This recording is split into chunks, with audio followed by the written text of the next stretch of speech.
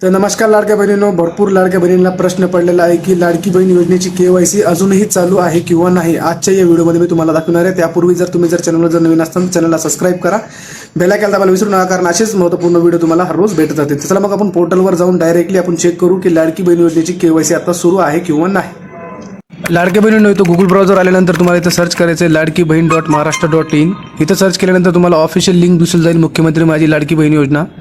इथं क्लिक केल्यानंतर तुम्हाला जसंच लिंक ओपन झाली की तुम्ही खाली स्क्रोल करायचं आहे, खाली तुम्हाला एक ऑफिशियल लिंक दिसून जाईल लाडकी बहीण योजनेचं। इथं तुम्हाला क्लिक करायचं आहे आणि क्लिक केल्यानंतर तुम्हाला लाडकी बहीण योजनेचं दिसून जाईल की पहिलं जसं ऑप्शन येत होतं लाडकी बहीण योजनेची KYCचं, ते ऑप्शन उडून टाकण्यात आलेले आहे। सध्या आता KYC करण्यास बंद झालेली आहे।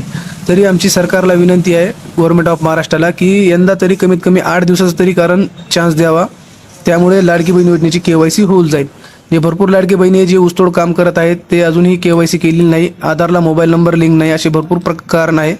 त्या कारणामुळे लाडकी बहीण योजनेची KYC राहिलेली आहे। तर कमीत कमी 8 दिवसाची तरी मोहलत द्यावी लाडकी बहीण योजनेला KYC करण्यासाठी। चला मग आजच्यासाठी इतकंच। जय हिंद, जय महाराष्ट्र, धन्यवाद।